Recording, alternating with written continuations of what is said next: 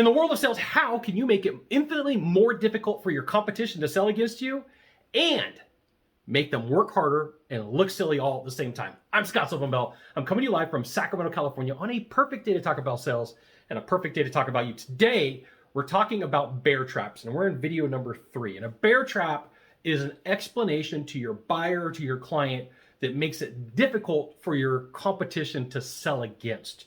You're taking a fact, you're taking an action that they do, and you're wrapping it in reason why logic, right? So in video number 1, we talked about Claude Hopkins and the 8 Mile. This is those two things combined.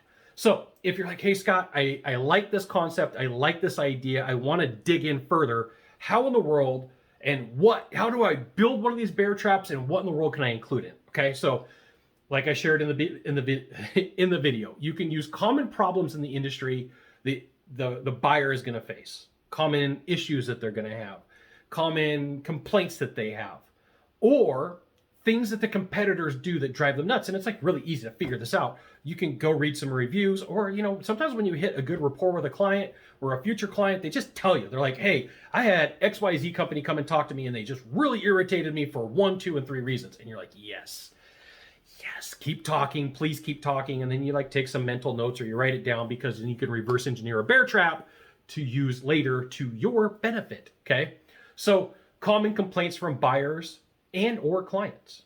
Like, you know what a lot of these are if you've been out in the field long enough. I mean, if you've been in sales for 6 months to a year, you could fill in like 5 or 7 things really quick. What are some things that your buyers complain about against your industry or against your competition? Like, this is the framework for you to build out a bear trap. Okay, this is frame control against what salespeople are going to do. Because once again, you're either telling the future, you're putting them into the future, and it's explaining this is the reason why it's going to happen, or you're explaining the past or the reason why somebody did something.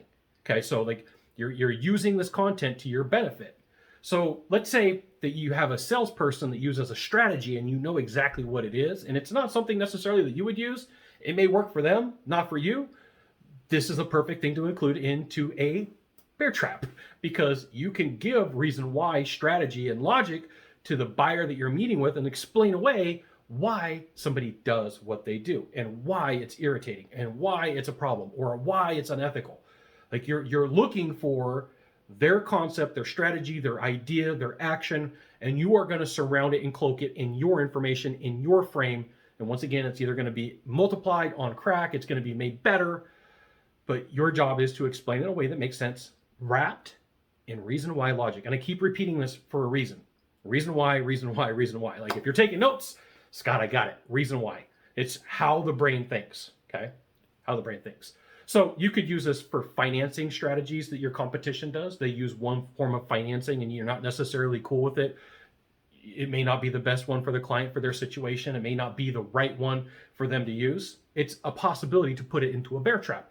It could be an upsell that your competition is using. And I always use competition roughly, like competition. It could be what they're doing out in the field for an upsell. It could be what they're doing for a downsell. It could be due for a cross promotion. Okay, like in a lot of industries that I work in, sometimes people lose their contractor's license and they have to team up with another company. That's a perfect example of reason why. That's reason why logic right there. The reason why they do that is because they're not licensed. They can't do it illegally. Okay, that's a perfect example of a bear trap, but it's got to be explained right. It could be product limitations, service limitations, things that really aren't easy to deal with for the client or for the buyer. It could be something about like a warranty, it could be delivery, could be terms. Just like start thinking of like all the things that you do right and all the things that your competition does wrong. What do you do right? You don't worry about that. What do they do wrong? That's how you're building this bear trap. So like these are all the things you can include in the bear trap. You can use things that are unethical. Like if you know flat out that somebody's doing something wrong and it's not going to be a case of libel and it's not going to be a case of slander. Once again, I'm not an attorney. I don't even play one on YouTube. I don't play one on Instagram. I don't play one on any of these channels. What you want to do is you want to take their unethical action and you're going to use some business aikido and you're going to flip it against them and you're going to turn that into some reason why logic. And remember, please remember, telling the truth is key here. When you're using a bear trap in sales, you don't have to make anything up. The client will chase you when done right. And if you know how to anchor, anchoring is like a highlighter in the mind. So like, let's say Did I say, hey, I love chocolate and it's really good. I'm going to use my right hand. And this is a super generic explanation. If you're like, Scott, this isn't the technical one, I get it. It's a YouTube video. This is something that you got to think about, okay? So anytime that I'm doing a video and you're watching, just so you know, you pick up on this, anytime I talk about something good, I'm always over here with my right hand. And anytime I talk about something bad, I'm over here with my left hand somewhere. It doesn't mean it has to be right here. It doesn't mean it has to be right here. Like, it's usually like down here. Could be this, could be a head tilt. There's a lot of different ways that you can anchor. And if you really want to find out more about anchoring, the dude that you can learn from and the chick you can learn from is Tom Vizzini and Kim McFarland from Persuasion Codes. They do an excellent job of teaching this. So you can combine a bear trap with anchoring and explain, like, you know, I know that you're going to have XYZ company come out and I can share with you why that's not going to be a good thing. And like, okay, I'm anchoring. This is the anchor. And if you know how to do this, it makes you way more effective as a salesperson. It allows you to close more deals, okay? So if you're like, hey, Scott, what is it that I can include in a bear trap to close more deals, to make things better, to make my life easier, and to make my competition suffer?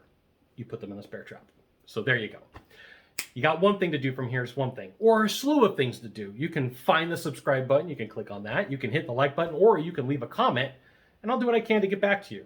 There you go. We'll see you soon. Thanks for dropping by.